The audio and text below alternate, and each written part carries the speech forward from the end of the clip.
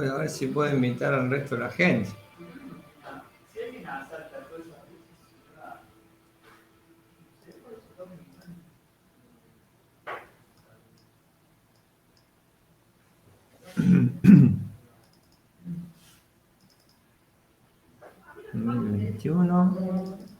Report. Ahí está. Bueno. Le han avisado al resto de las personas, ¿no? Ahí está la señorita Román. Bueno, otra persona más. Bueno, disculpe, señorita. Hay problemas con el Meet.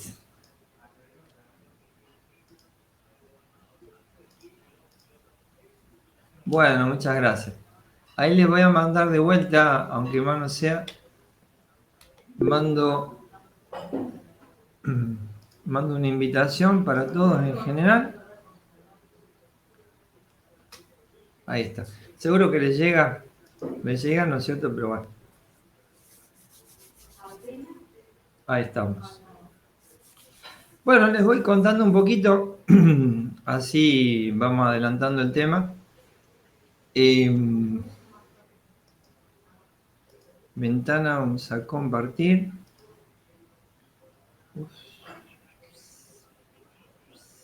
Acá está. Listo. No para empezar la clase todavía, sino mientras esperamos que venga un poquito más de gente. Uy, dejé de compartir. Qué bárbaro. Ahí vamos de vuelta. Aquí está. Bueno, lindo día hoy, ¿no? Espero que todos tengan muy buena suerte. Ahí estamos. Bueno, les voy contando. Tenemos ya la versión C del apunte, con 416 hojitas. Está subida en la página web para que ustedes acá lo pueden consultar y lo pueden bajar. ¿Sí?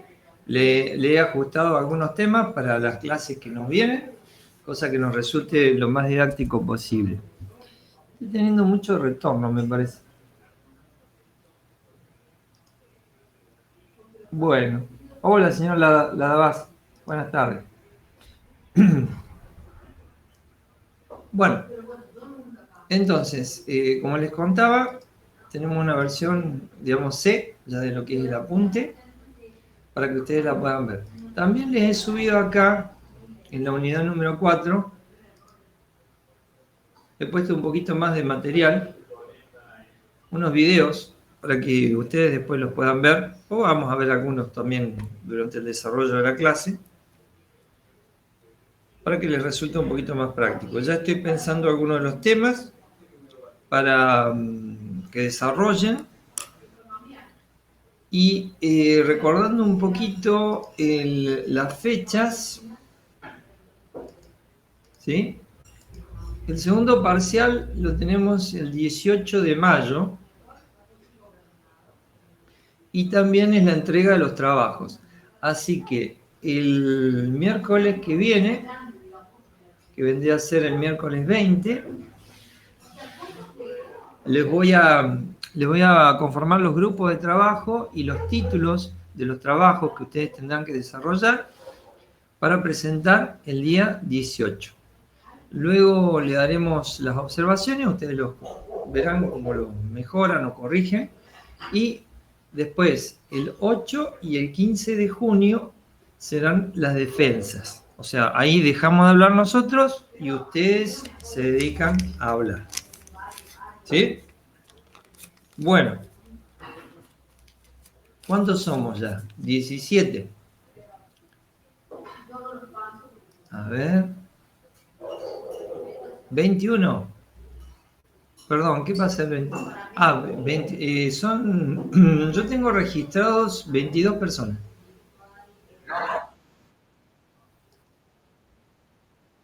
Ah, está bien, está bien.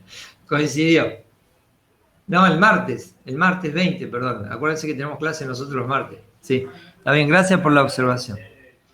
Bueno, entonces, Ya el martes que viene les doy los trabajos para que vayan desarrollando, los van a hacer en grupos.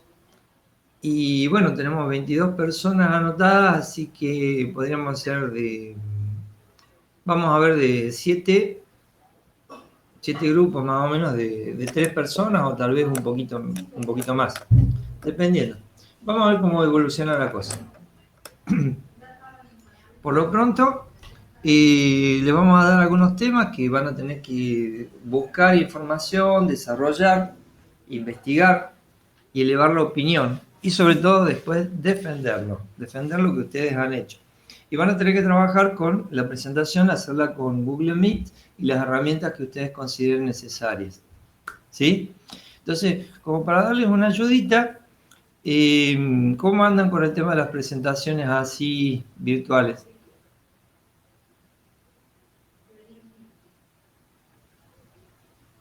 ¿Han hecho alguna?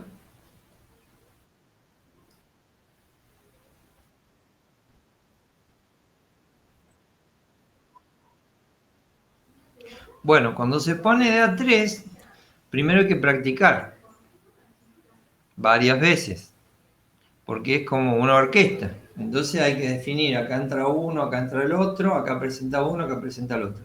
Herramientas para las presentaciones.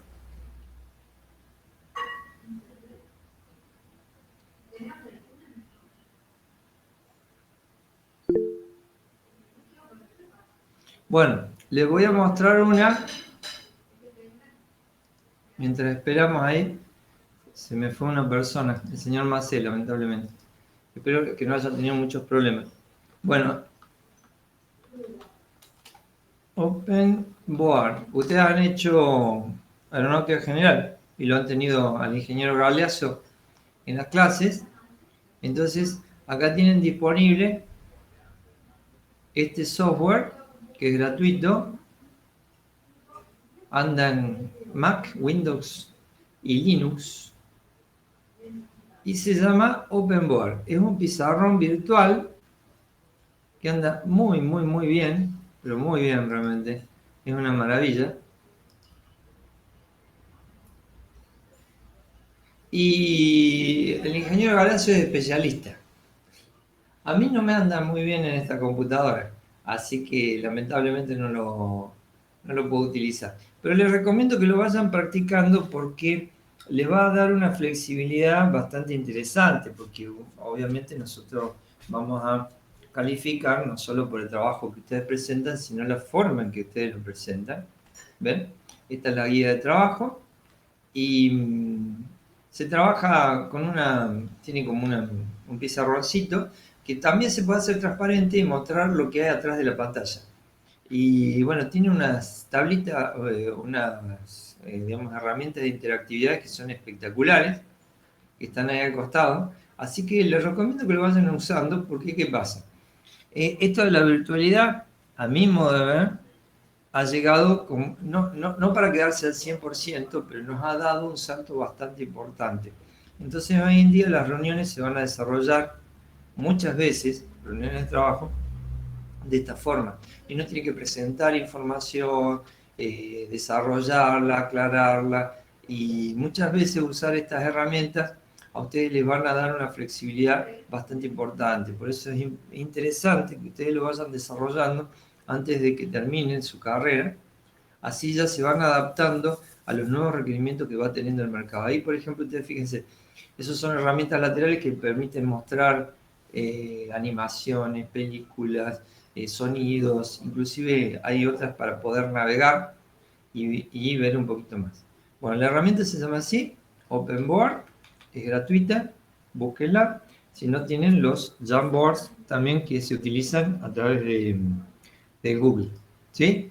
Bueno, ya tenemos 17 personas. ¿Les parece que largamos la clase? Beamer. Sí, el Beamer también sirve, digamos, PowerPoint. Son todas... Ah, perdón, señor Ladabas, ¿está entrecortada la comunicación mía? No, ingeniero, parece que fui yo nomás, Ah, pero bueno, era una parte que de última se la pregunta después luego. está bien, está bien. Bueno, si les parece, largamos la clase del día de hoy. Bueno, ok. vamos grabando. Recuerden, les vuelvo a recordar, el 18 de mayo es el parcial, ¿sí? Falta tiempo todavía, falta tiempo. Pero el tiempo pasa a veces más rápido de lo que uno piensa, ¿sí? Y aparte tienen que trabajar en las presentaciones que tienen, los trabajitos que tienen que hacer. Así que no se descuiden. Bajen la última versión del apunte, digamos, y vayan viendo cómo están las cosas. Bueno, comenzamos el tema de la grabación. Ahí estamos.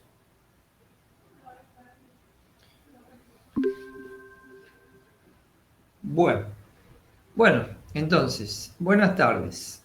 Vamos a seguir con la unidad número 4. Es la que estábamos viendo anteriormente. Repasamos un poco. Es la unidad más larga de todo el curso. Porque acá vemos todo lo que es el tema del diseño de los aeródromos.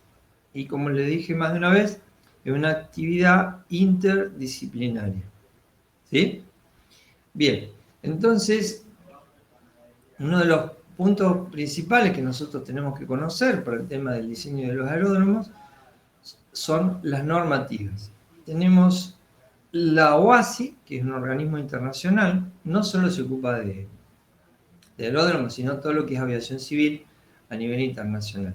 Entonces, ella emite documentos, comunicaciones en general, y los estados contratantes, miembros de la OASI, los adaptan.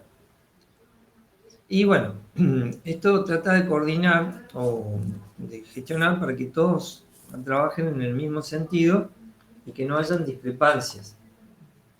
Bueno, entonces, siguiendo con esto que estábamos acá, repasemos brevemente. Ustedes ya habían visto anteriormente lo que es la OASI y las funciones. Habíamos visto también los anexos. Y fundamentalmente el anexo que más nos incumbe respecto a lo que es el diseño de aeródromos es el anexo 14, que tiene 2 volúmenes. El primero es para aeronaves, aeródromos, digamos, y el segundo para helipuertos.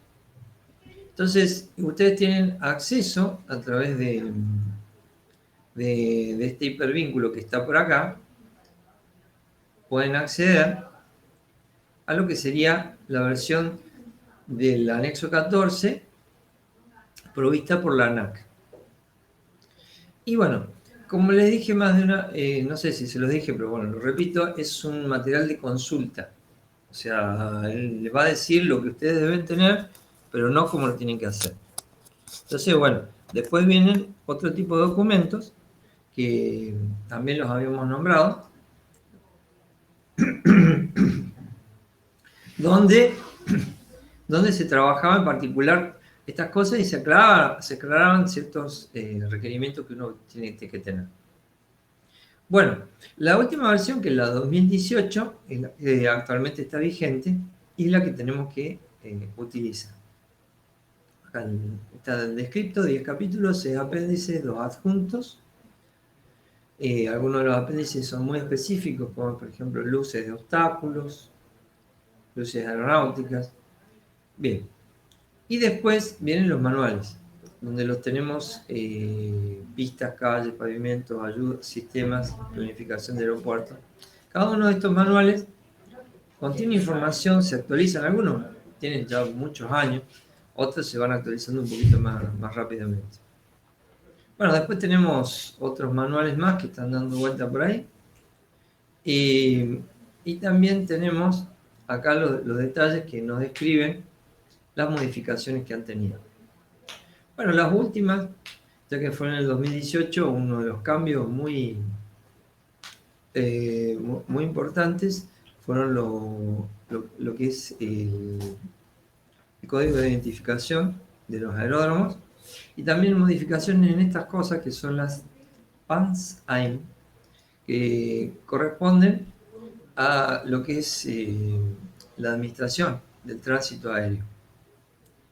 Bueno, en la Argentina tenemos las RAC, que son las regulaciones aeronáuticas de aviación civil, y las DENAR.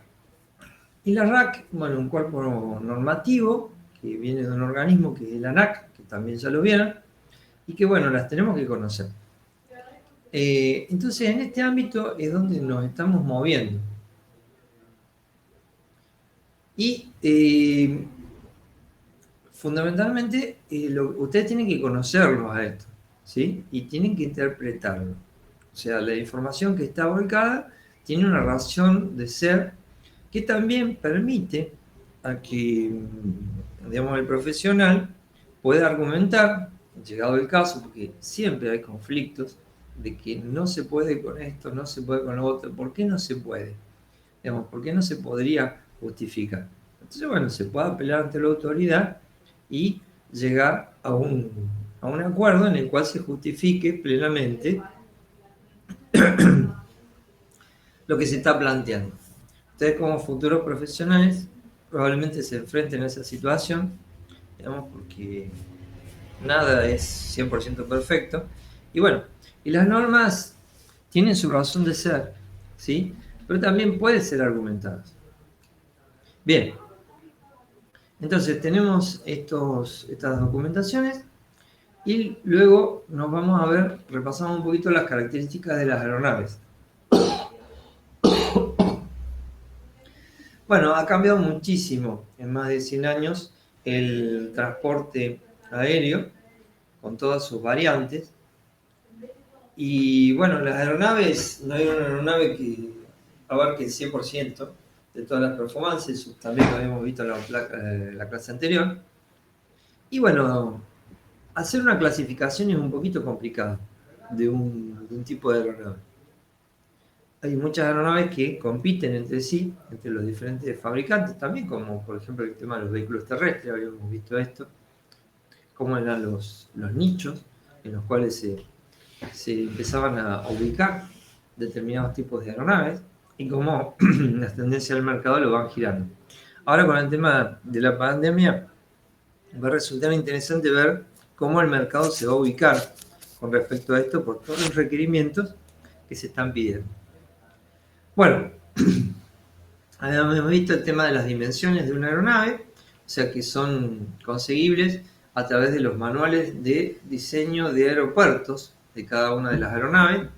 Ahí hay un pequeño hipervínculo, como el que tenemos acá, que nos permite acceder a ver si se puede, si lo abre, ¿lo permite abrir? No, no me lo permite abrir.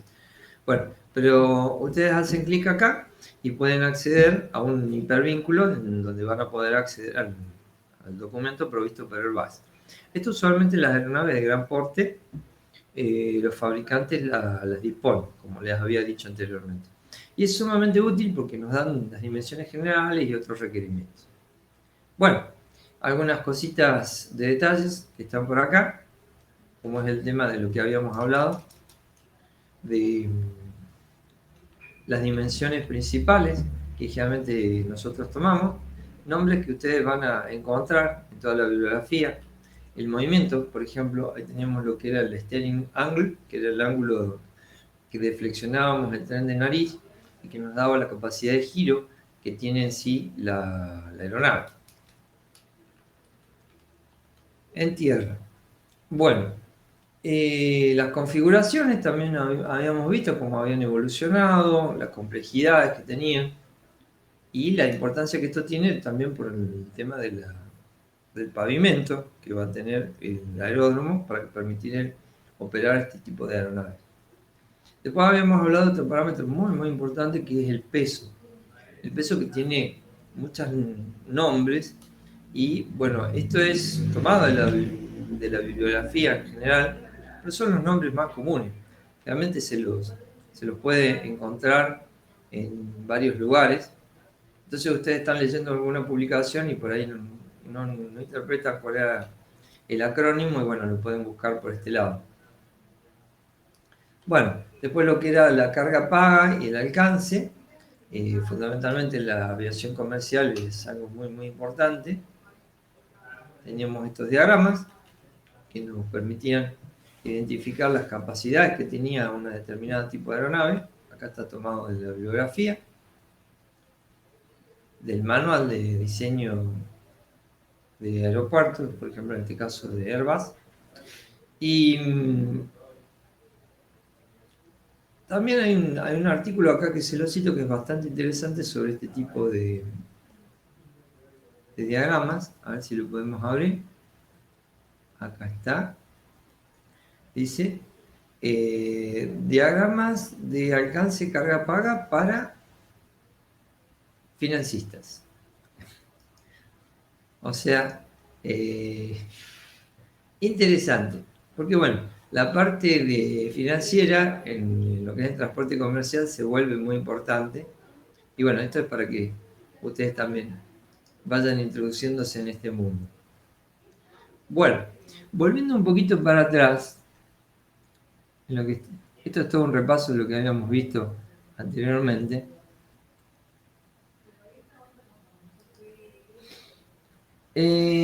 Repasemos un poco lo que es actuaciones de despegue. Algunos de ustedes han hecho mecánica del vuelo, ¿no? La señorita Tato, por ejemplo. Sí, profe. Sí. Así que usted me corrige si me equivoco, porque usted es especialista. Ya vi lo que les hizo trabajar el doctor Saldía, ¿eh? Así que, bastante interesante. Bueno, las actuaciones de despegue están especificadas en las normas de diseño de aeronaves. Fundamentalmente la 23 y la 25 del CFR, del 14 CFR, al cual nosotros nos adecuamos según las normas de las RAC.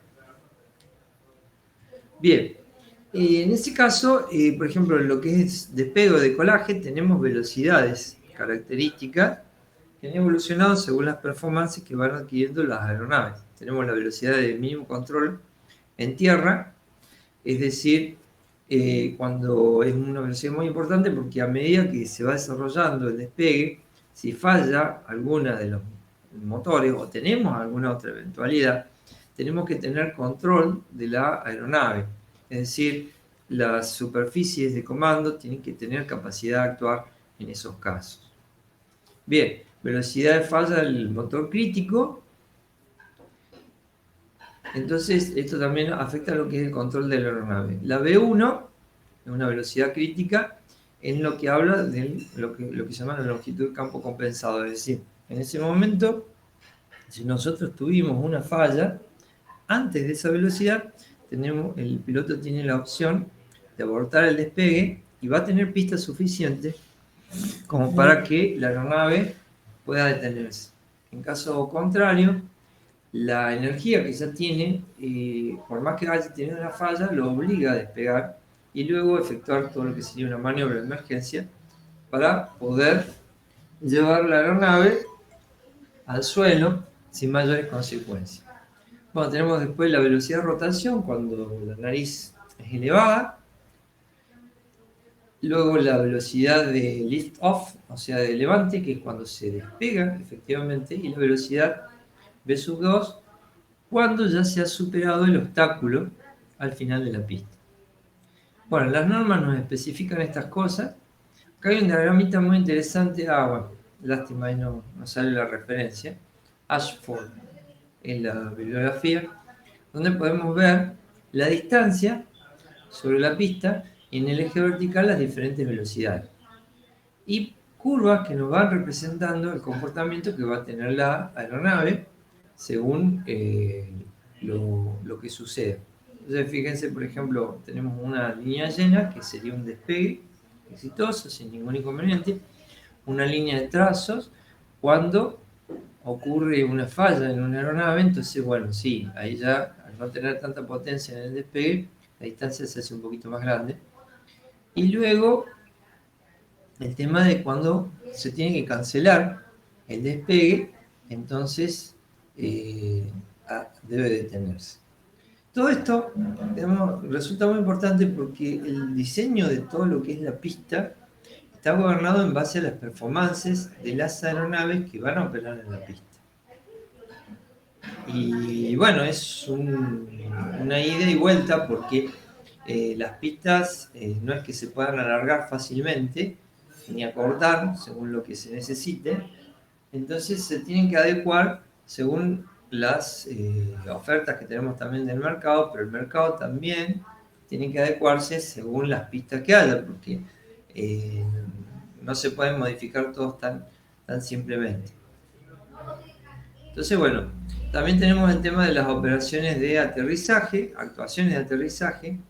Acá es una publicación hecha por unos señores de la India, y donde vemos lo que sería un perfil típico de un aterrizaje ellos lo llaman CTO, o sea, Conventional Takeoff and Landing, una aeronave convencional. Bueno, con las características típicas básicas, que por ejemplo la superación de obstáculos en 50 pies, fijado por FAR 25, y luego las otras características para lograr aterrizar sin mayores inconvenientes. Bueno,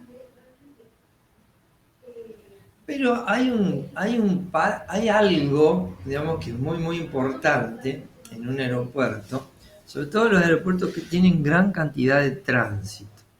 Es un tema realmente interesantísimo, que ha sido investigado y sigue siendo investigado y tiene muchas implicancias. Es la denominada turbulencia de Estela. Ustedes recuerdan de aeronáutica general y de aerodinámica, los modelos que nosotros planteamos por la sustentación que se produce por el grupo sustentador por excelencia, valga la redundancia, que es el ala, u otra superficie que puede tener la aeronave. Entonces, en los modelos que nosotros planteamos, existe una estela que va quedando, una estela vorticosa, que sí o sí la tenemos que tener, que bueno, es una consecuencia de queremos volar, tienen que tener la estela. Ahora bien, esa estela tiene determinadas características que los que han hecho las materias anteriores lo conocen bastante bien, que influye mucho la forma de la planta alar, influye mucho también las características que tiene la aeronave, sobre todo el tema del peso.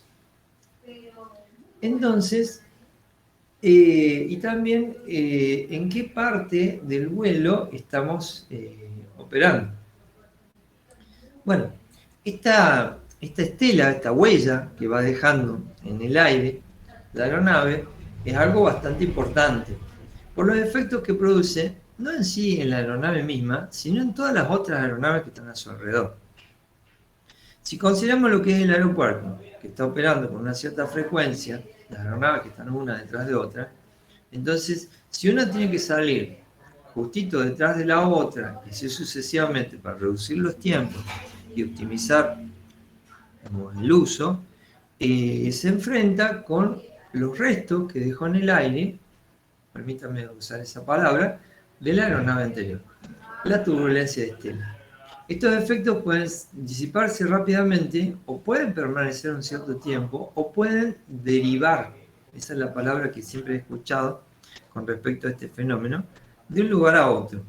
Y sobre todo cuando tenemos el efecto suelo, es decir, tanto en el despegue como en el aterrizaje. Una cosa es cuando está a una cierta altura de la aeronave y otra cosa es cuando está muy próximo a lo que es el tema del suelo. Entonces, estos fenómenos fueron muy interesantes, se produjeron varios siniestros y se hicieron muchas investigaciones. Y pese a que se han hecho investigaciones y todo lo demás, algunos siniestros siguen ocurriendo. Entonces, el fenómeno planteado es básicamente este. Aterriza una aeronave, por ejemplo, de ciertas dimensiones, bastante grande, y deja su estela. Luego viene otra aeronave y esa aeronave se puede ver comprometida en la maniobra de aterrizaje por los restos de la estela que quedaron de la primera. Y lo mismo puede ocurrir en el despegue, ¿sí? Entonces las aeronaves más livianas se pueden llegar a ver comprometidas. Inclusive ha ocurrido en vuelo. Hubo un caso de un 380 volando cerca de Arabia Saudita, me suena haberlo visto, y después, por ejemplo, hubo un caso, creo que en la Ciudad de México también, con políticos muy importantes que estaban aterrizando con un avión chiquito, ejecutivo, detrás de un avión de una cierta envergadura. Y bueno, el avión ejecutivo terminó estrellado, no contra la pista, sino que creo que hasta con un edificio en el cual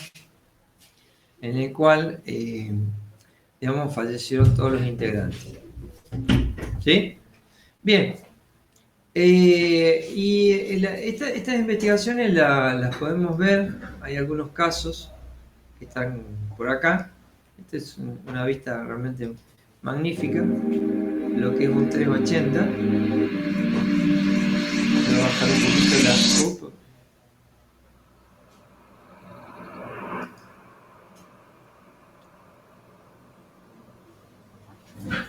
Obviamente una aeronave pesada, muy pesada, y que va dejando una estela bastante grande, bastante importante. El efecto que tiene la misma sobre las otras aeronaves es bastante importante, valga la redundancia. Muy linda visualización. Sobre todo también considerando que está trabajando con los hipersustentadores, entonces sí, realmente la estela que está dejando es bastante importante.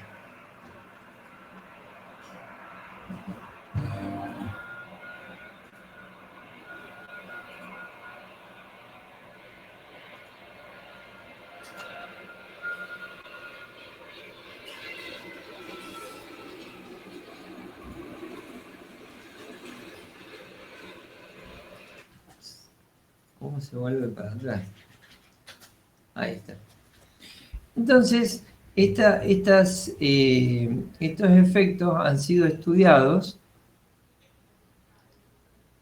Por ejemplo, este es un video de la NASA de hace muchos años atrás, donde colocaban estos lanzadores de humo y cerca del aterrizaje de las otras aeronaves y veían los efectos que se producían.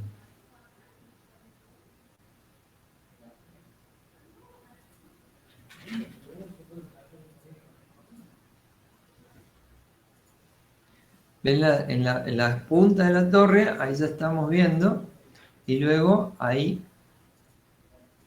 ven todo el movimiento que se está produciendo.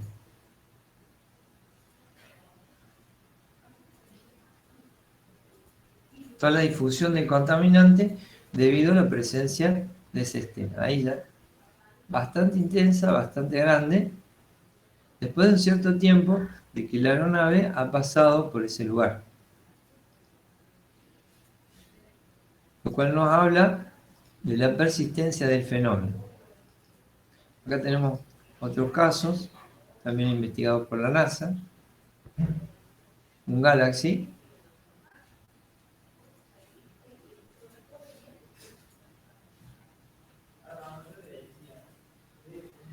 Y vórtices grandes.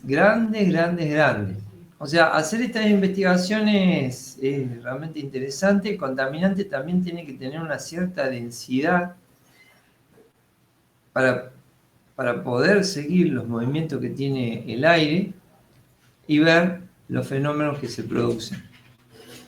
Bueno, este tema de la turbulencia de estela, como les decía, ha provocado accidentes y problemas. Entonces, la OASI y la FAA han hecho categorías de aeronaves. Esas categorías de aeronaves dependen del peso, fundamentalmente, que tienen.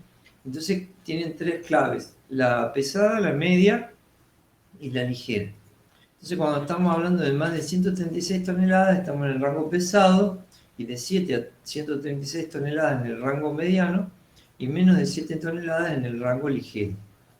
Cuando se identifica la aeronave, está establecido ahí en uno de los documentos, bueno, dice, qué sé yo, aeronave tal, pesado o mediano, para que el controlador aéreo sepa las características que tiene. ¿Por qué? Porque entre las reglas después lo va a poder dirigir correctamente para evitar problemas con otras aeronaves.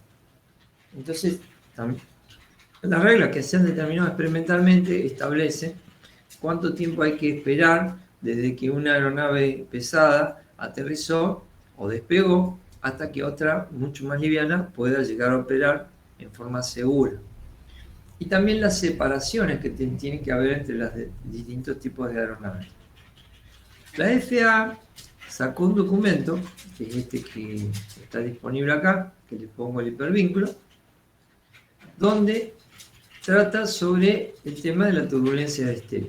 Documento de 24 hojas que ha sido actualizado hace un cierto tiempo, donde explicita todos estos fenómenos que han sido observados, la caída que tiene el vórtice, si el vórtice está a una cierta altura, por ejemplo, y luego va decayendo, el fenómeno que se produce sobre el efecto suelo, cómo deriva de un lado para el otro, inclusive otro tipo de aeronaves como son, lo vamos a ver, las de alas rotativas, como sería un helicóptero o algo parecido, que su efecto es bastante intenso también. Entonces, estos efectos tienen que ser tenidos en cuenta para la operación correcta y segura de lo que es el aeropuerto. A su vez, acá están las PANS ATM, digamos que serían documentos de servicios de navegación aérea.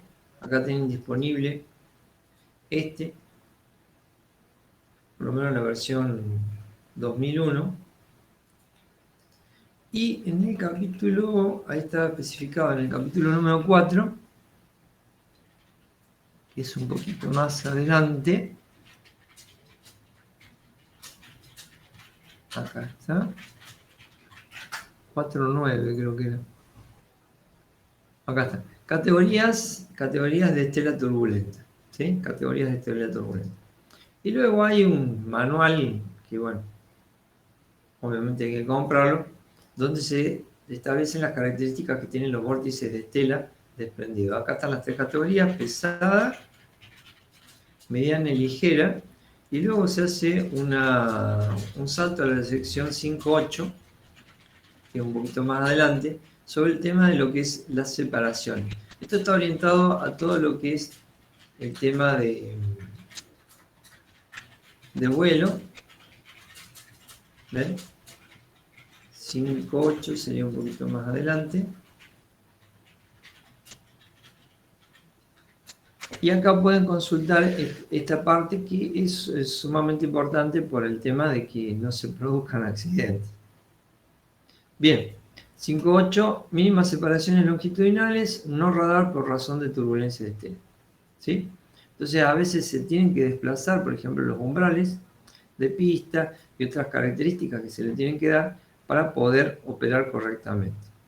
Inclusive cuando se tienen pistas paralelas.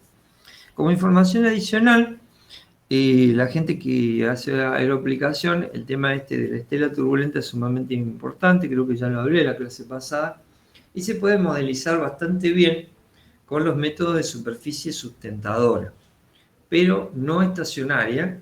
Entonces de esa manera se va calculando pasito por pasito cómo va evolucionando la estela y cómo se va moviendo y los efectos que va produciendo. Después se puede validar experimentalmente. Existen técnicas para eso. Bueno, entonces siguiendo un poquito más adelante con respecto a esto, bueno, acá está la aclaración respecto de lo que son las alas rotativas, que se tiene que tener cuidado con la distancia de las alas rotativas cuando están operando con otros tipos de aeronaves, porque pueden inducir algunos de estos fenómenos que son bastante importantes. Bueno, en los estudios meteorológicos. La meteorología en la aeronáutica es fundamental. Si tenemos condiciones meteorológicas que no son buenas, el vuelo puede estar comprometido. Ustedes habrán visto de la parte militar, dicen en una aeronave all weather, o sea, para todo tipo de clima. Bien, pueden operar en todo tipo de clima, arriesgándose porque, bueno, una aeronave militar está pensada para situaciones extremas. La aviación civil es completamente diferente en ese sentido. Entonces la meteorología también se vuelve importante. Hay veces en que la meteorología no ayuda, o sea, los resultados, mejor dicho, del clima no ayudan, entonces se pueden cancelar cierto tipo de operaciones a los fines de salvaguardar la vida de la gente que va a viajar o va a operar las aeronaves. La meteorología es algo tan antiguo como la humanidad. O sea, la observación del clima es sumamente importante para la supervivencia de la especie, desde el punto de vista económico, la agricultura, el transporte, el comercio y, bueno, y en general en todo tipo de actividades. Entonces, la predicción del clima se ha intentado desde épocas antiquísimas. Y bueno, la profesión de meteorólogo yo creo que es una de las más antiguas. Eh, bueno, acá tenemos alguna gente que ejercen en Córdoba y hace un tiempo atrás estaban observando de que faltaban meteorólogos en el país, en una profesión que inclusive estaban becando gente para que se formara al respecto. Hay mucho desarrollo de la parte inclusive de mecánica de los fluidos, simulaciones muy importantes que se hacen de meteorología y, digamos, se destinan muchos recursos, porque, bueno, si se pueden hacer buenas predicciones, entonces se pueden evitar problemas graves. Históricamente, uno de los primeros intentos, creo que fue a principios del siglo XX, está en uno de los anexos que están por ahí, unos ingleses intentaron hacer un modelo de cálculo de la atmósfera antes de computadoras digitales y otras herramientas que estaban disponibles. Bueno, acá en el apéndice C ustedes pueden consultar un poquito más sobre el tema de la información meteorológica si les interesa. Y bueno, en todo aeropuerto, digamos, de ciertas dimensiones, se tiene un centro meteorológico y que va advirtiendo las condiciones donde están y todos están interrelacionados entre sí, inclusive a nivel mundial, inclusive con países que eran del bloque comunista anteriormente, a fines de establecer el comportamiento general, porque la atmósfera no respeta límites, digamos, políticos, o sea, que cruza de un lado para el otro sin ningún inconveniente. Entonces, bueno, en el establecimiento de un aeropuerto, el relevamiento meteorológico es muy importante para saber cómo se comporta el clima, qué es lo que se puede llegar a esperar al respecto. No solo el tema de los vientos, sino también la formación de ciertos fenómenos que son muy importantes, por ejemplo la neblina, la formación de hielo, bueno, los periodos de lluvia, de cualquier otro fenómeno que en sí que sea importante y que pueda influenciar al comportamiento de las aeronaves. Ahora bien, estos estudios se tienen que desarrollar en espacios temporales grandes. Si bien hay registros meteorológicos que se llevan desde la antigüedad, con lo que se tenía en esa época, recién ya en el siglo XIX, o XVIII diría yo, cuando ya se empieza a registrar con cierta frecuencia y ahí ya tenemos datos más certeros, los cuales nos permiten establecer comportamientos temporales para ver qué es lo que está sucediendo, digamos, con el clima. Y bueno, acá en Argentina también se tiene esa información. Uno tiene que tratar, por ejemplo, de conseguir la información en el mayor tiempo posible. El servicio meteorológico cuenta con esto, si no hay otros lugares donde también se puede llegar a contar. Hay algunos modelos de predicción que están basados en datos estadísticos generales, pero siempre es importante contar con información más fidedigna y no tanto reciente, sino en el tiempo. Y bueno, por eso los servicios meteorológicos locales son muy importantes. Viento, temperatura, lluvia, humedad, techo, la altura de nubes y la visibilidad. Todos estos datos generalmente son todos relevados en todo el mundo, entonces siempre se va obteniendo toda esta información. Y cuanto más cercana esté la estación meteorológica del lugar donde se quiere estudiar, mejor. Bueno, con el auge de la electrónica y otros dispositivos, hoy en día cualquier persona puede contar con una estación meteorológica que tiene una performance aceptable. Ahí tienen una figura de una de estas estaciones.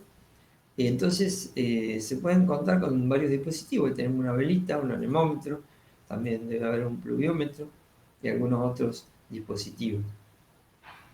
Hidrotermómetro, que está ahí, y el proyector de techo. Y con eso se van registrando los datos y se van compartiendo con otras estaciones.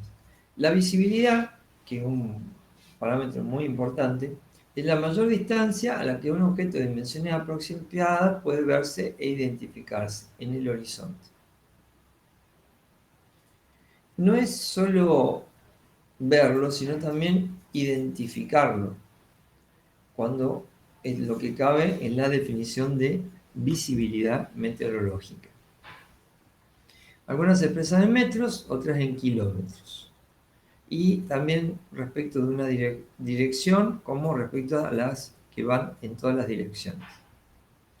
Se utilizan unos dispositivos, que lo vamos a ver, en los cuales tienen en cuenta la mensura de lo que es la visibilidad meteorológica. Bueno, se colocan puntos de referencia que se consideran apropiados y el observador realiza la medición. Esos objetos no necesariamente tienen que ser puestos por la gente que hace estas mediciones, sino que se pueden hacer ciertas referencias, como por ejemplo edificios o árboles o digamos, montañas, y de esa manera poder efectuar la medición. Bueno, acá hay algunos detalles que hemos puesto sobre cómo tienen que ser.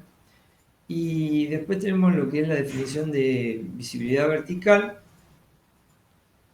cuando la distancia máxima en la que un observador puede ver e identificar de día un objeto cuando mira hacia arriba con el cielo de fondo.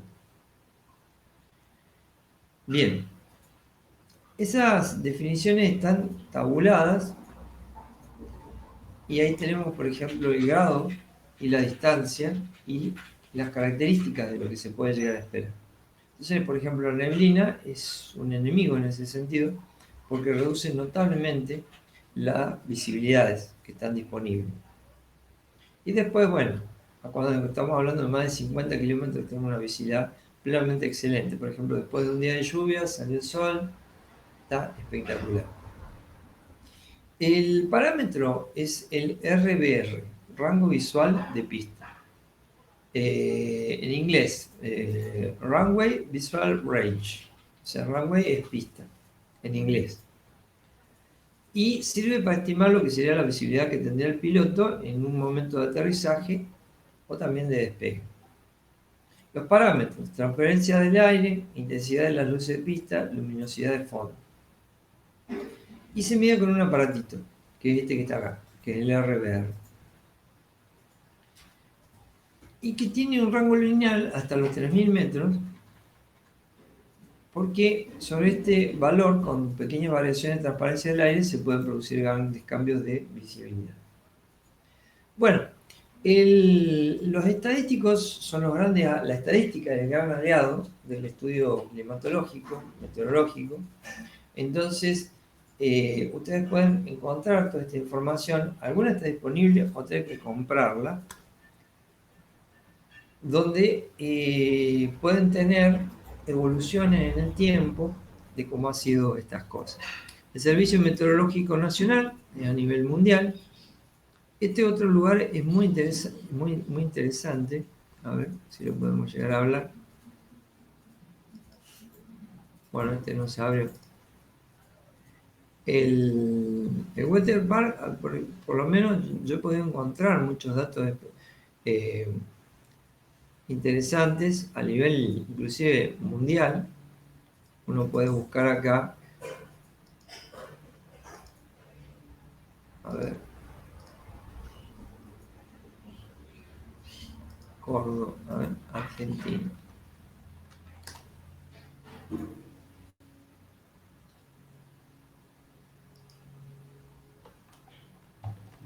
Seguro que me sale Córdoba, España. Córdoba. Predicción de los municipios de España. Villanueva de Córdoba. Bueno, veamos cómo está el clima en Córdoba. Pero en España.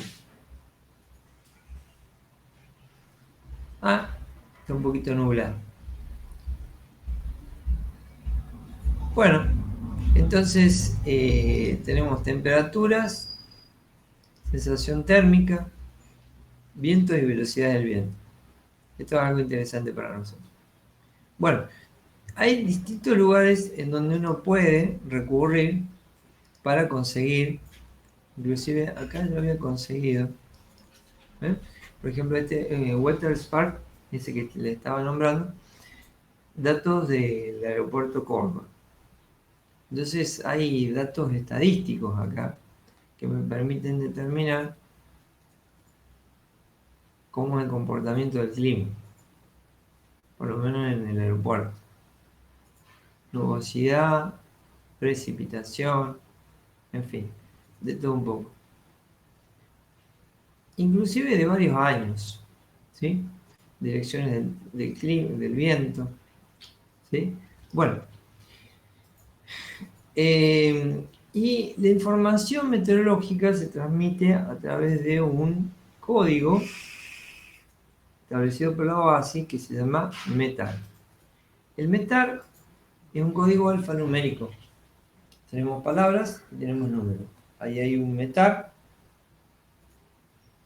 donde, bueno, el METAR comienza, están todas las partecitas que componen el METAR, primero de la identificación de la estación o del aeródromo, en donde fue emitido el informe, luego vienen las horas, el día, las horas, según el meridiano de Greenwich, bueno, después viene información de viento y otras informaciones más que están dadas. Entonces, bueno, todo este código es transmitido. Y todas las estaciones lo pueden interpretar, porque es como un lenguaje, por así decirlo, internacional. Bueno, inclusive también se puede transmitir para el tema de las aeronaves, entonces lo pueden recibir y bueno, algún aparatito lo descodifica. Una vez hecho todos los estudios meteorológicos, que tienen que ser de muchos años, preferentemente más de 10 años, cuanto más mejor, se puede hacer una selección del desplazamiento, lugares probables en donde se pueda llegar a emplazar y orientar las pistas. Bueno, primero y principal, ¿cuál va a ser el uso? Va a ser un aeródromo normal, donde un tipo de aeroclub, un aeródromo particular para el uso de una persona o grupo de personas en particular, o si no, vamos a tener operaciones de tipo comercial. Y si va a operar en condiciones VFR o condiciones IFR, es decir, Visual Right Full Rules, o sea, reglas de vuelo visual o reglas de vuelo instrumental, porque cambian los requerimientos. Obviamente, cuanto menos visual estamos hablando, más instrumental, mayor requerimiento va a tener que cumplir el aeródromo. Y también se va a operar de día y de noche. Bueno, una vez establecido todo esto, conocidas las condiciones meteorológicas en la zona, se busca el tema de la orientación de las pistas y también el número de pistas. Nosotros ya hemos hecho un estudio, por ejemplo, estamos hablando de un aeródromo comercial, entonces sabemos la probable frecuencia de uso que va a tener y cómo se va a ir desarrollando con el tiempo. Y entonces de esa manera la intensidad de uso que vamos a tener que disponer. Y el tema es la orientación de las pistas con respecto a lo que son los vientos preponderantes en la región.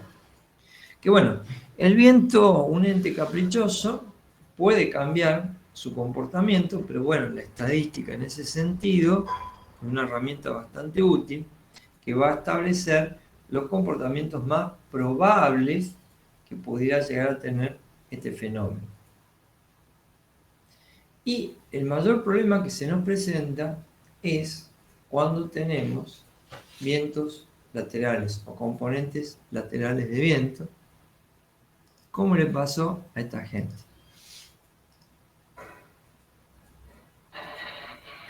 Donde quieren aterrizar con componentes laterales de viento importantes.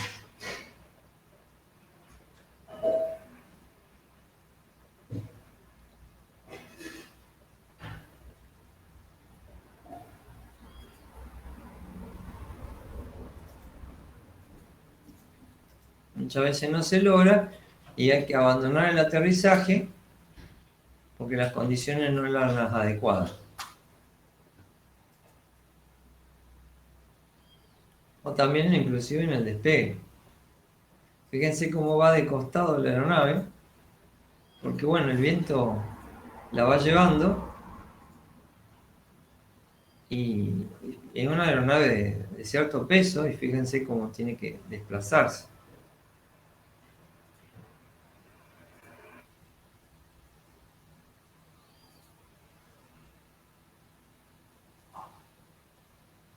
Y eso cerca del suelo, ¿no?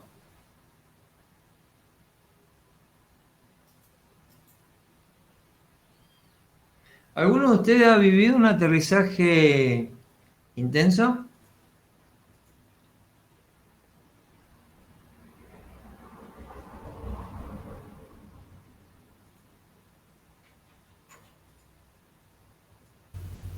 No, ingeniero, yo lo máximo que viví fue que tuvieron que dar una segunda vuelta por cuestiones de ráfaga, pero nada más. Bueno, ¿ven? Esto es algo bastante importante que puede llegar a ocasionar un accidente bastante grave.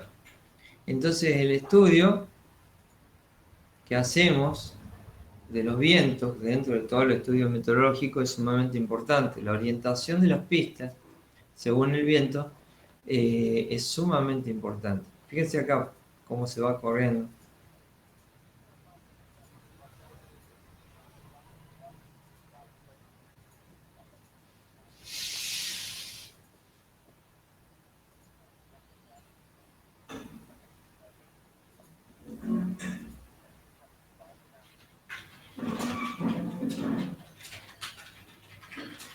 Qué potencia esos motores, realmente. Ver despegar esa aeronave es realmente un milagro, una obra magnífica.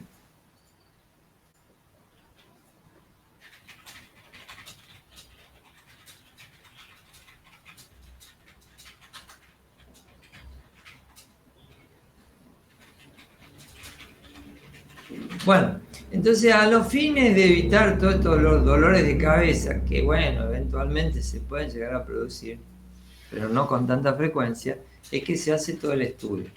Y la OASI, tanto la OASI como la FAA han establecido cuáles son los rangos máximos de componentes laterales de viento para poder operar. Este sí que da miedo, realmente ver esa vibración en el ala, los movimientos que está teniendo.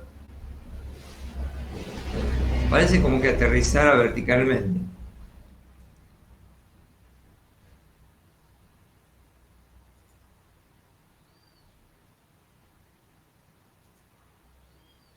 Bueno, increíble. Cortamos un poquito el video. Se los dejo ahí para que lo puedan disfrutar. Está en el grupo de clase en Crosswind Difficulties, o sea, dificultades de vientos cruzados. Bueno, siguiendo con esto, entonces El punto 3.11 del anexo 14, volumen 1, OASI, recomienda el número y orientación de las pistas de un aeródromo debieran ser tales que el coeficiente de utilización del aeródromo no sea inferior al 95% para los aviones que el aeródromo esté destinado a servir. ¿Cómo lo interpretamos a esto? Nos habla de un coeficiente de utilización. La definición que le podemos dar al mismo es el porcentaje de tiempo durante el cual el uso de las pistas no esté restringido, debido a un accidente, a una componente excesiva de viento. O sea, es decir, tenemos una sola orientación de pista, o pistas, ahí escribí mal, paralelas, no, son paralelas. Cuando no se consiga con una pista o pista paralela, voy a tener que poner una segunda pista, lo cual me va a dar un coeficiente de utilización del 95%. Esto es muy útil como para interpretar cómo una determinada región. Uno busca en esta herramienta que es bastante interesante, que es Maps, ¿sí? Y dice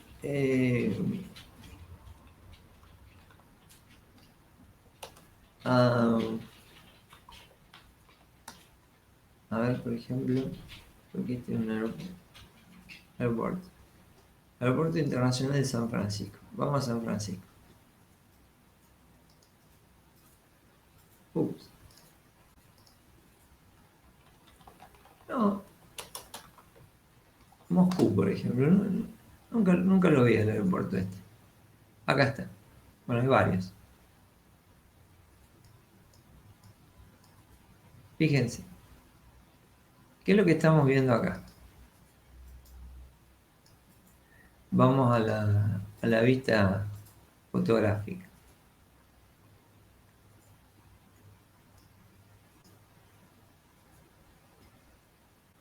Acá estoy viendo una cierta orientación que va así dirigido al norte, corridito unos cuantos ángulos hacia la derecha y luego viceversa. Y acá tengo una segunda pista, según estoy viendo, ¿sí?, que apunta hacia el otro lado. Entonces, eso me está marcando la dirección de los vientos principales que yo tengo en esta región. Y bueno, según el tipo de pista, cómo está conformado, las dimensiones que tiene, digamos, y también el uso que yo pueda ver, podría decir también cuáles serían los vientos más predominantes. Entonces la orientación de la pista la voy a hacer de tal manera de minimizar el viento lateral para lograr un 95% del tiempo de utilización. Y también el otro requerimiento que me sale en el anexo 14, volumen 1, dice que el emplazamiento y la orientación de las pistas del aeródromo deberían seleccionarse cuando sea posible, de modo que las derrotas, o sea, el rumbo de salida y llegada, se reduzcan al mínimo la interferencia respecto a las zonas cuya utilización residencial está aprobada y otras áreas que sean sensibles respecto al ruido cerca del aeropuerto, a fin de evitar futuros problemas relacionados con el ruido. Toda la señorita que es natural de Bolivia, ¿no es cierto? ¿Está presente? Sí, profe, acá. Ah, y usted, digamos, vive en esa ciudad donde estaba el aeropuerto de La Paz, ¿no? Sí, yo vivo en La Paz, pero el aeropuerto está en el Alto, pero son dos ciudades que están muy pegadas y el Alto está un poco más arriba que La Paz. Ajá. ¿Y usted, por ejemplo, ha estado algunas veces ahí cerca del aeropuerto, en alguna vivienda? Bueno. Sí, he estado cerca. ¿Y? O sea, yo sé que en el aeropuerto, por ejemplo, a la mañana hay, eh, a veces no se puede despegar, me parece, o algo así, justamente por las condiciones, porque allá arriba es muy frío y hay muy poco aire. Sí, exacto. Sí, Pero, aparte también me explicaban que la pista tiene que ser mucho más larga. ah, y bueno, sí, sí, por las condiciones, o sea, también en condiciones extremas, ya de altura. ¿Cuánta altura estamos hablando ya, señorita? El aeropuerto está a 4150. Ah, bueno, está bien. Bajó bastante la densidad del aire, ¿eh? Realmente, bajó Sí, bastante. Es importante el tema. No, pero yo me refería al tema, por ejemplo, del ruido, lo que estaba hablando acá, el punto ah, 312. sí. Sé, por ejemplo, que siempre se quejan de que las personas que están alrededor del aeropuerto se quejan del ruido, justamente porque las casas que tienen están, o sea, profe, si usted va ahí alrededor, hay unas avenidas recongestionadas ahí y hay mucha circulación de gente, entonces el ruido es muy claro de los aviones. Y muchas veces Debe ser tremendo realmente, ¿no? Sí. sí, Bueno, mire, acá tengo otro caso para que vea que no solo ocurren esas cosas ahí. Este es el Aeropuerto Internacional La Aurora, en la ciudad capital de Guatemala. Este es el espigón, esta es la pista, y miren ahí. ¿Eh? Y ahora nos vamos al otro extremo. Pero no solo miren eso, sino que, bueno, o sea, la proximidad de todos los edificios en general.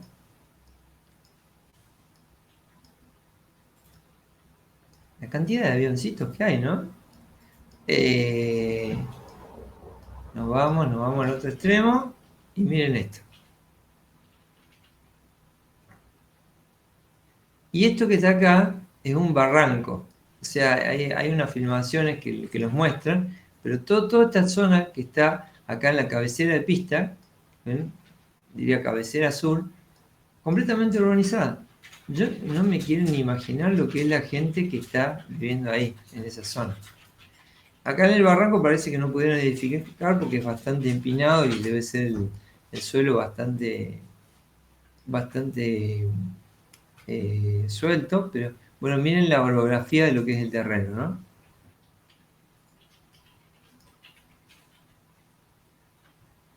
Impresionante. O sea, la verdad que me impresionó bastante que edificaran en esta zona que está acá. Está bien, hay mucha gente viviendo ahí, ¿no? sí, Bueno, pero que incluso, o sea, aparte del ruido, yo sabía hace poco de una noticia que han construido ahí cerca del aeropuerto y el permiso que tenían era solo para 4 pisos, pero esas personas no han hecho caso y han construido uno de 10. Entonces eso ah, hacía bueno. interferencia y les han tenido que hacer demoler los pisos excedentes. Claro, porque la perforación que se hace del suelo, del cielo en ese caso, también influye colocando obstáculos para la operación de las aeronaves. O sea, Sí, es muy peligroso todo eso, realmente. sí. Y bueno, pero ahí tiene, bueno, por lo menos si les hicieron demoler, digamos, están previniendo futuros inconvenientes que puedan llegar a ocurrir. Bueno, ven, entonces el punto 312 es un punto también limitante, porque una vez uno puede decir, bueno, tengo la dirección, está bárbara, me oriento y no puedo usar esa dirección porque estaría cruzando arriba de una urbanización con todos los inconvenientes que eso puede causar. Entonces tengo que cambiar la dirección y eso también puede llegar a afectar la utilidad que pueda llegar a tener, la disponibilidad que pueda tener el aeropuerto, es decir, su coeficiente se puede llegar a ver afectado. Pero bueno, la regla que establece la OASI es un coeficiente de un 95%, si no, digamos, no. O sea, comercialmente el aeropuerto no sería válido. Bueno, ¿cuáles son las componentes transversales? Vamos a usar las de la OASI porque son las que se aplican en nuestro país. Estamos hablando de longitud de campo de referencia, que es la distancia que necesita la aeronave para operar, en hacer sus operaciones de despegue y aterrizaje. Entonces, una aeronave con un campo de referencia de más de 1500 metros se le supone, digamos, tiene una 37 kilómetros por hora, laterales. O sea, estamos hablando de una aeronave grande, que tiene una cierta inercia. Pero si se ve comprometido la fricción que puede llegar a tener la pista por el tema del frenado, se puede reducir a 24 kilómetros por hora o 13 nudos, que es la velocidad siguiente. Los 24 kilómetros por hora o 13 nudos, acuérdense que el nudo es milla náutica por hora, estamos entre los 1200 metros a 1500 metros de longitud de campo de referencia. Y cuando es menos de 1200 metros de longitud de campo de referencia, estamos hablando de 10 nudos o 19 kilómetros por hora. El efecto, ustedes lo vieron en los videos, pero acá lo pueden apreciar un poquito más. El despegue, por ejemplo, en la figura izquierda de una aeronave que está afectada por el viento y, bueno, si no hace una corrección adecuada, la aeronave va a ser desviada por la componente lateral. En el otro caso, apenas comienza a despegar del suelo, ya tiene que hacer la rotación, con los consiguientes riesgos que esto puede llegar a involucrar. Entonces, son maniobras que por ahí son arriesgadas. Entonces, dependiendo del tipo de viento que se tenga, estamos hablando de 10, 13 o 20 nudos. ¿Sí? Si superamos esos límites, el aeropuerto no está operativo. Bueno, la elección de los datos que se deban utilizar en el cálculo del coeficiente de utilización deben basarse en estadísticas confiables, distribución de los vientos que van con un periodo tan largo como sea posible. Preferentemente no menor de 5 años, yo diría 10. Con cierta frecuencia también, es decir, medir durante varios periodos de tiempo por día. Entonces es una cantidad de datos realmente grande la que hay que tener, pero tienen que ser confiables. Y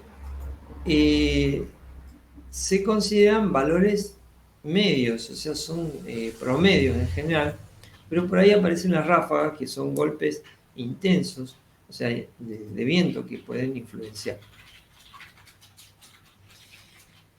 Este estudio se lleva a cabo y se verá si hay algunas modificaciones también que se hayan hecho, por ejemplo, los tipos de las ráfagas que ocurran, las turbulencias. Y bueno, hay varios parámetros para tener en cuenta estos máximos, y los cuales están establecidos ahí en la lista. Bien, y en el caso también de la baja visibilidad, formación de nubes, también tienen que tenerse en cuenta, digamos, la dirección y velocidad de los vientos. La topografía. La topografía es algo también importante porque, ¿qué ocurre? Si tenemos muchas irregularidades del terreno alrededor del mismo, esto nos va a influenciar notablemente en las operaciones de la aeronave.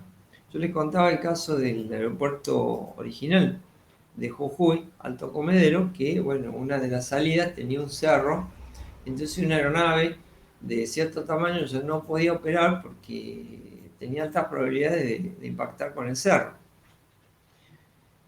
Y bueno, en otros lugares también tenemos prácticamente lo mismo, donde las pendientes que son disponibles, la existencia, por ejemplo, de forestación, como son árboles, o espejos de agua o cursos de agua, estructuras artificiales, como la que mencionaba la señorita, que se construye indiscriminadamente y se superan las alturas permisibles, que pueden alterar el normal funcionamiento que puede tener un aeropuerto, la instalación, por ejemplo, de rutas, líneas de alta tensión. Entonces todo eso complica notablemente el uso del aeropuerto. Entonces, bueno, o sea, obviamente un aeropuerto ocupa un espacio bastante grande, comienza en una cierta distancia respecto a lo que es el centro urbano, luego el centro urbano se va expandiendo y se va construyendo alrededor, como estábamos viendo recién en el aeropuerto de La Aurora, en Guatemala, ¿sí? Que a mí no me deja de sorprender cómo se ha edificado justamente en ambas cabeceras de pista, limitando notablemente esa superficie que en el caso de alguna emergencia o algo, por lo menos que impacte y no dañe más, pero ahí podría llegar a ocasionar grandes daños. Tenemos otro aeropuerto, por ejemplo, interesante. Yo no lo he visitado, pero bueno, no pierdo las esperanzas.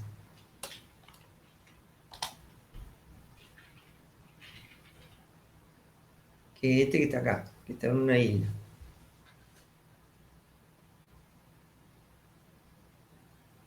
El aeropuerto de San Martín. Entonces, fíjense que tenemos mar por un lado y tenemos mar por el otro lado con un montón de buques, ¿sí? Bueno, acá nadie edificó, por lo menos. Tenemos playita. En los costados sí. En los costados han edificado, ahí tenemos un montón de cosas. Y acá prácticamente no hubo posibilidades de edificar tampoco. Entonces, como podemos ver, digamos, estamos limitados por el tema del terreno. Creo que hay otro más que está acá al norte. A ver. Ajá. Es más chiquitito. El puerto más chiquitito. Y todavía tiene terreno. Pero pese a lo cual se sigue edificando por varios lados. Esperemos que no haya... El edificio en altura por lo menos no se ve. Profe, sin ir Sí. más lejos, acá en Córdoba, en el Aeroclub de Coronel Olmedo, en la cabecera 04, o sea, en la cabecera norte de la pista, tenés todo un barrio, tenés el barrio Coronel Olmedo, justamente. A O sea, ver. también que es un aeródromo, no es un aeropuerto, pero también compromete la seguridad operacional. A ver, che. A ver, Nacho. ¿Dónde estamos acá? Ah, la En cabecera. la Ahí otra está. cabecera sería. La cabecera. Vamos a cerrar acá. Así lo vemos. La cabecera 20. Ah, bueno. Está bien, está bien, está bien. Está bien. Bueno, tenía algunos campistas, ¿no? Pero bueno, No, podría. sí, sí, obvio, pero si, o sea, ahí en esa cabecera, cuando vos despegas para ese lado, no podés hacer el procedimiento que se hace de salida generalmente, siempre tenés que desviarte antes porque justamente ante una emergencia tenés el barrio ese, entonces para evitar directamente salís por derecha. O por lo menos tienen campo a la derecha, ¿no? Porque si no ya empieza a desaparecer todo. Sí, sí, sí. Mirá vos, che, qué bárbaro. Yo hace muchos años que volé en una aeronave, bah, me llevaron, me llevaron en una aeronave de acá, pero la verdad que no me acordaba. Sí, no, que está bravo el tema, ¿eh? Está bravo. Bueno, esto es el problema mundial. O sea, todos los aeropuertos tienen este problemita. Algunos lo solucionan con respuestas bastante novedosas, como era esta, por ejemplo, el aeropuerto de Gibraltar. Bien, tenemos el piñoncito de Gibraltar. Acá le ponemos una ruta, semáforo. Digamos que pasa el avión o pasa el ómnibus. ¿Eh? Y hay que respetar el semáforo sí o sí. Después había otro que era el aeropuerto de Madeiras, puede ser. Madeiras. Acá está. Este bastante notable. Este es bastante notable. Fíjense, está al lado de una islita, al lado del mar, ¿sí? Terreno, terreno, terreno. Y de repente nos encontramos con esta parte que está acá, que hay alguna forma de verlo en 3 dimensiones. Bueno, lo podemos buscar por acá.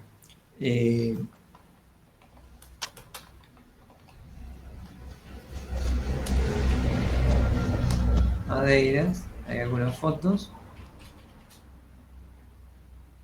Fíjense. Han tenido que construir todo eso artificialmente para que el aeropuerto siga siendo operativo. O sea, es toda una base artificial que se tuvo que hacer porque, bueno, cortaron el terreno, le dieron un chaflán y, bueno, la pista no daba, entonces hubo que ampliar toda esta zona que estamos viendo acá, en la parte noreste, diría yo, todo artificial. Y no debe haber salido barato, ¿no? Porque estamos cerca del mar, entonces el mar debe hacer lo suyo, ¿no es cierto? Y reclamar el territorio que le pertenece, lo mismo que el suelo. Así que mantenerlo no debe ser algo, inclusive la parte de plataforma que está por ahí. Bueno, entonces la topografía se revela fundamental. La resistencia que tiene el suelo, los desplazamientos del suelo que se tendrá que hacer, las pendientes naturales, el drenaje que tiene el terreno, si el terreno es un suelo colapsable o no es colapsable. Bueno, eso lo tuve que aprender por las malas, porque vivo en una zona de suelo colapsable. Entonces la caída de agua drena mucho la resistencia que tiene el suelo y bueno, eso es algo que afecta bastante la consistencia que puede llegar a tener. Después, el tema de los limitadores de obstáculos, que bueno, están establecidos en la OASI, después tenemos los códigos de edificación, pero como contaba la señorita, a veces no se respetan. Y eso es grave, porque a la larga puede llegar a afectar notablemente el funcionamiento del aeropuerto. Yo no estoy diciendo necesariamente que, bueno, el tema de colocar un obstáculo en la altura es para que se lo lleve puesto, digamos, una aeronave, que eventualmente podría llegar a producirse, digamos, sino también cómo afecta a todo lo que es la región de vientos que uno puede llegar a tener. Entonces, se me ocurre, o generación de contaminantes o algunas otras cosas. Entonces, complica bastante el tema. Lo ideal es alejarlo lo más que se pueda de las zonas urbanas. No siempre se puede. Y después las zonas urbanas es como que lo van persiguiendo para llegar a tomarlo. La información detallada sobre esto la pueden encontrar en los manuales de planificación de aeropuertos. Ahí está el documento 91-48-84. Y un enfoque equilibrado para la gestión del ruido de las aeronaves, que es el 98-29. Porque después de que viene el aeropuerto y empiezan a urbanizar cerca, empieza el problema del ruido. Y la gente se empieza a quejar. Está bien, digamos. Entonces, ¿qué fue primero, el huevo o la gallina? Es un drama. Y bueno, se han trabajado muchísimo para reducir el impacto en ruido que se tiene en una aeronave. Eso lo vamos a ver más adelante. Lo que se llama la huella acústica, es decir, cómo deja una zona que está afectada acústicamente por la operación de determinados tipos de aeronaves. Pero bueno, o sea, también tienen que evitarse ciertos lugares en donde esto es algo necesario. Entonces, bueno, por ahí se llegan a ideas un poquito estrafalarias que quién sabe pueden llegar a operar, como es digamos, hace muchos años atrás vi en una etapa de una revista que planteaba el renacimiento de los hidrocanoas, pero hidrocanoas grandísimos, o sea, casi tan grande como un jumbo o tal vez más, para poder operar en regiones que no estuvieran tan densamente pobladas, como es, por ejemplo, en Japón. Entonces, en Japón el metro cuadrado de terreno es valiosísimo y encima la orografía que tiene nos ayuda mucho. Entonces construyeron esa isla aeropuerto, que, que está cerca, creo que en Osaka, y Kansai, y es el nombre del aeropuerto. Y bueno, con una inversión realmente tremenda, terrible, ya le han hecho una segunda pista. Porque el aeropuerto original no podía operar, la región no daba. Pero también se había planteado en su momento el hecho de derivar a un determinado tipo de aeronaves que, si ustedes recuerdan, en la década del 30 tuvieron un gran auge, los hidrocanoas de transporte de pasajeros. Posteriormente, después de la Segunda Guerra Mundial, se volvió a plantear la posibilidad, los ingleses construyeron unos hidrocanoas bastante interesantes, pero ya no tuvieron tanto éxito. Entonces se volvió a lo que es el aterrizaje, pero en la Tierra. ¿Quién sabe si el día de mañana vuelve a aparecer? Bueno, después está el tema de las longitudes de pista, coste de construcción, posibilidades de dar las ayudas adecuadas, visuales y no visuales para la aproximación.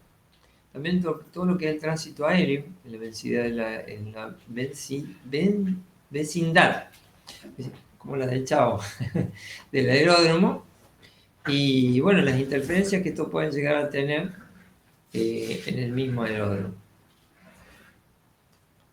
Y bueno, ya se verá la cantidad de pistas y probables expansiones que pueda llegar a tener. O sea, hay que prever también que se puede llegar a necesitar un poquito más de terreno. Entonces, comprar la entrada que sobre y no que falte. Ahora bien, ¿cómo hacemos nosotros para ver cuál es la dirección que tenemos que darle a las pistas? Y hay una herramienta que siempre se ha utilizado, que es la llamada rosa de los vientos, que la voy a explicar de la forma más clara posible. Es un análisis estadístico y gráfico que se realiza mediante esta herramienta. Uno lo que tiene que emplear es esta forma de representación, que es como un gráfico tipo polar, en el cual hay círculos concéntricos. Cada círculo concéntrico abarca un rango de velocidades, en este caso lo tenemos en millas por hora o nudos, 4, 15, 20, 25, 35. ¿Sí? Bien, y luego tenemos direcciones, que son direcciones verdaderas, el norte verdadero, el este verdadero, ¿sí? Y van quedando como unos rectangulitos, curvilíneos, si ustedes me permiten la palabra, donde ahí, por ejemplo, está marcado un número 3.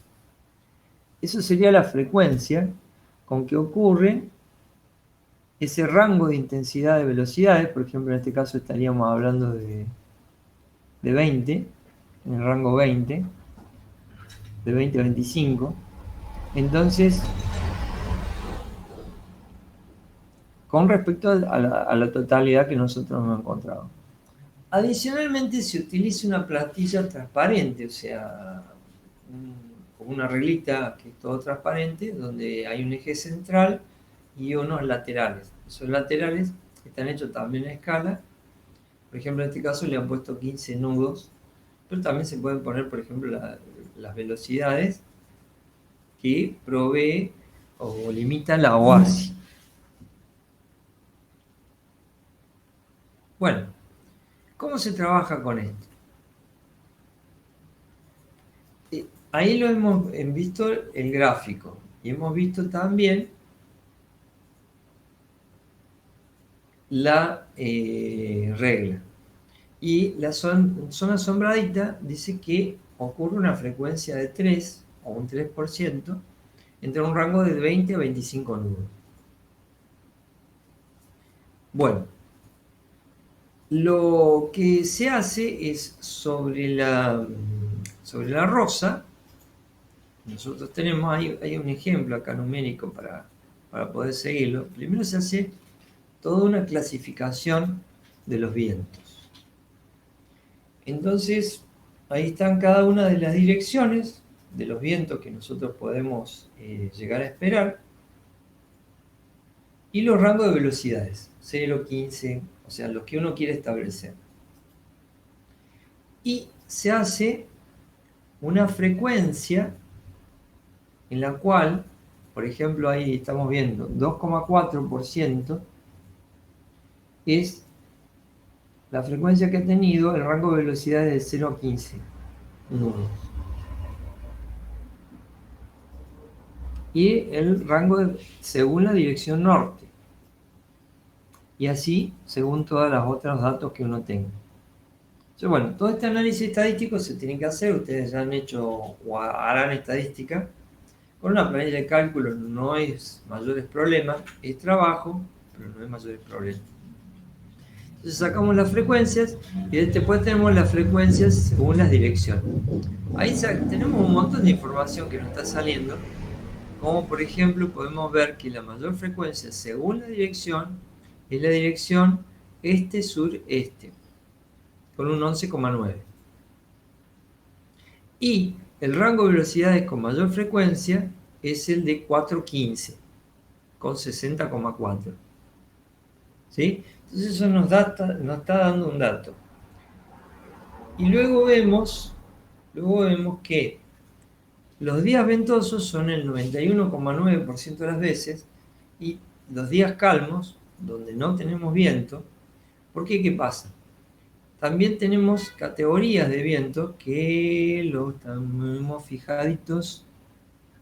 Me estaba olvidando. Acá en el anexo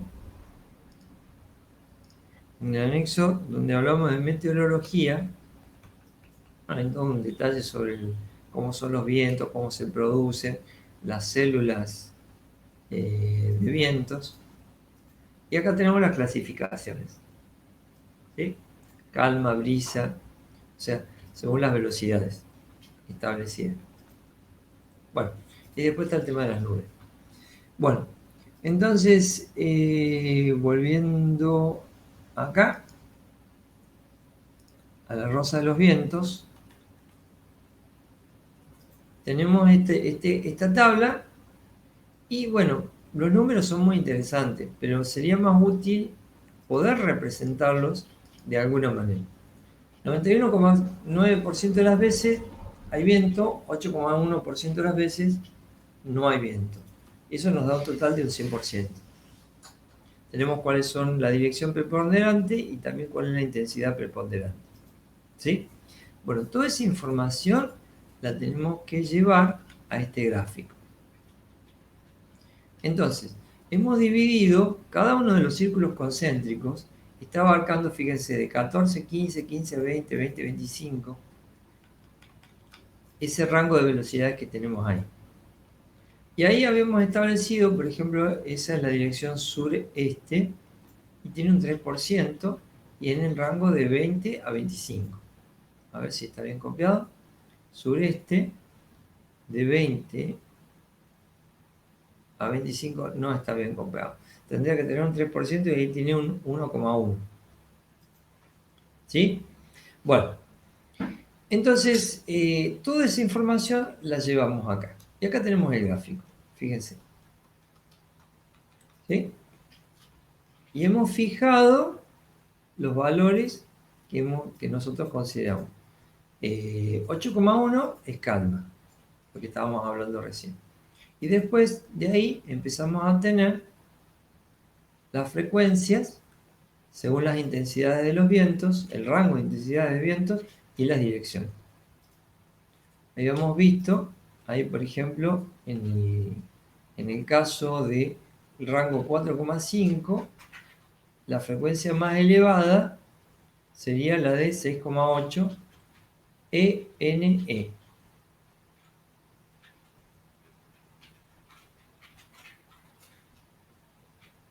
Allá está. 6,8 ENE. ¿La alcanzan a ver? Bien. Noreste. ¿Sí? 6,8. Bueno, entonces vamos colocando estos valores. Y llenamos todo este gráfico. Una vez que llenamos todo este gráfico, utilizamos la regla transparente, donde hemos establecido 15 millas náuticas o 15 nudos pero podríamos fijarnos los otros valores que nos fija la OASI. Entonces decimos, bueno, ¿cuánto sería el límite de la componente lateral del viento? ¿Sí? 10 nudos, 13 nudos, 20 nudos.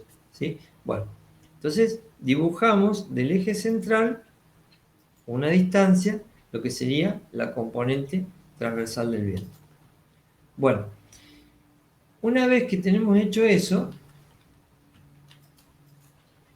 nos dirigimos al gráfico, colocamos en el centro la reglita, a ver si, acá está. Colocamos en el centro la regla transparente y la comenzamos a girar. Y por ejemplo, en esta posición en la cual nos encontramos nosotros, estamos abarcando un montón de esas intensidades de vientos. Si sumamos todas esas frecuencias, nos va a dar el valor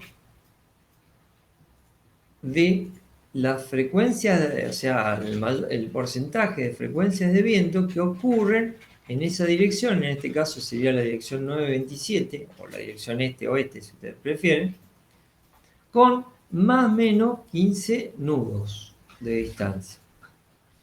Bueno, en este ejemplo que está tomado ahí de la bibliografía, nosotros llegábamos a un valor, creo que era el 90% aproximadamente, un poquito arriba del 90%. La OASI nos pide un 95%. Entonces, esta dirección no estaría cumpliendo.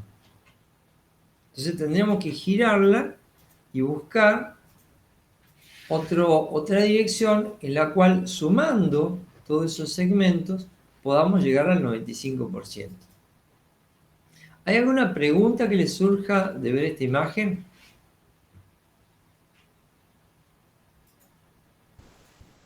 ¿Qué pasaría con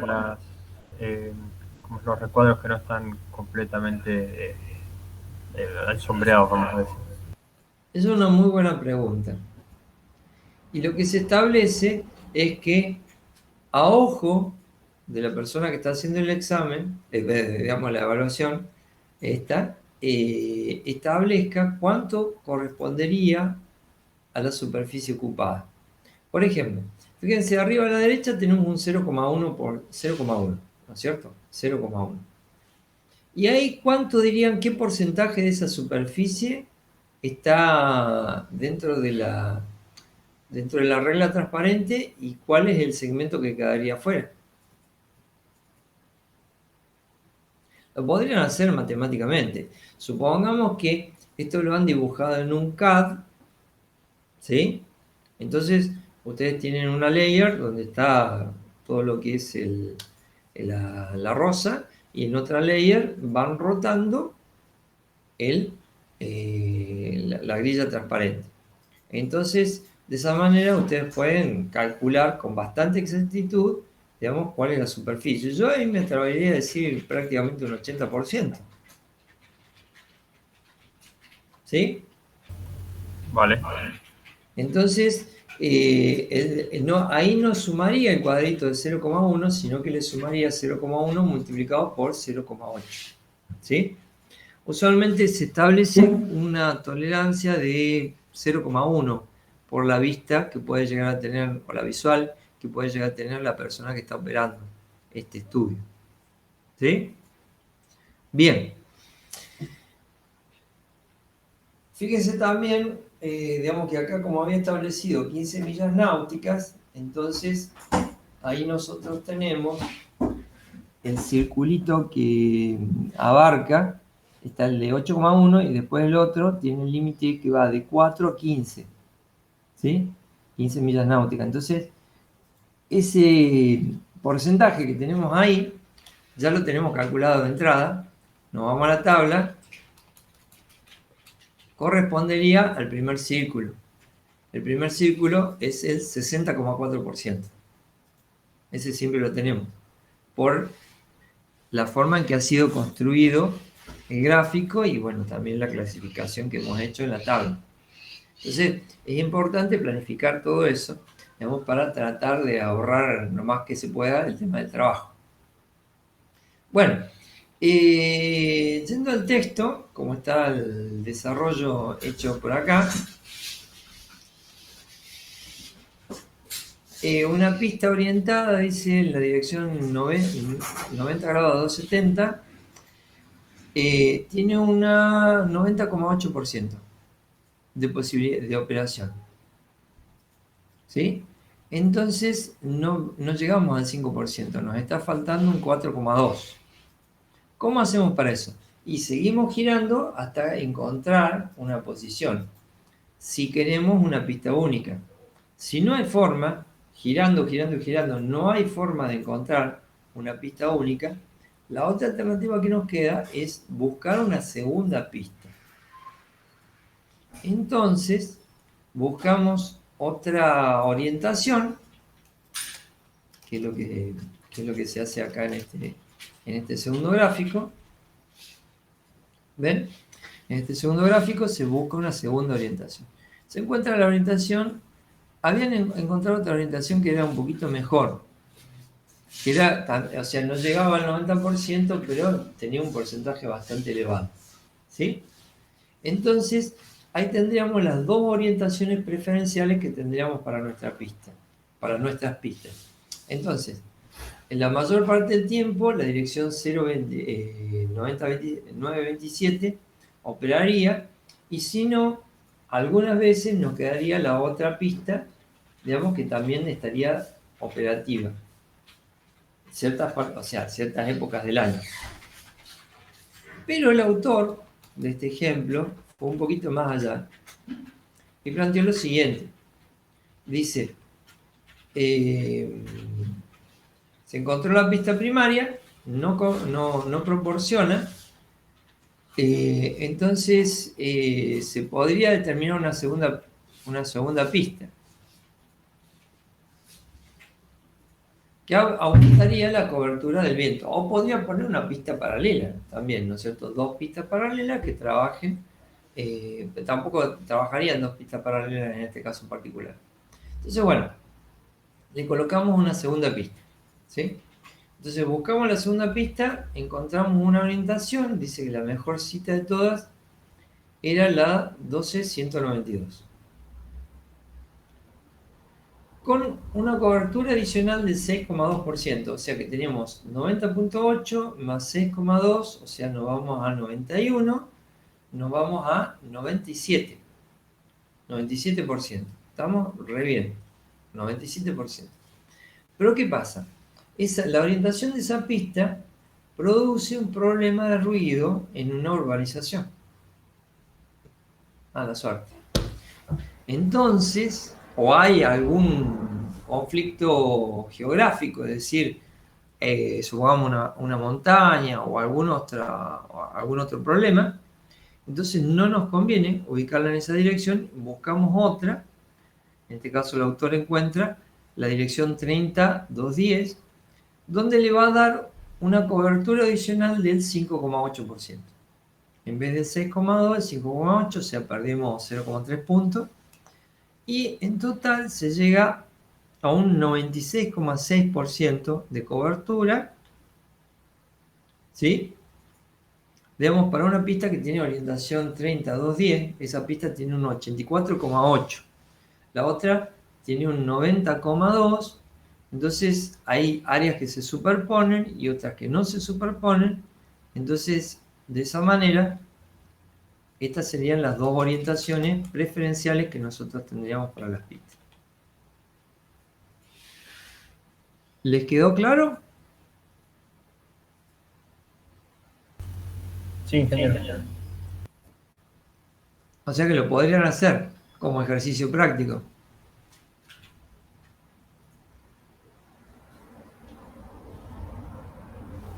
Supongo.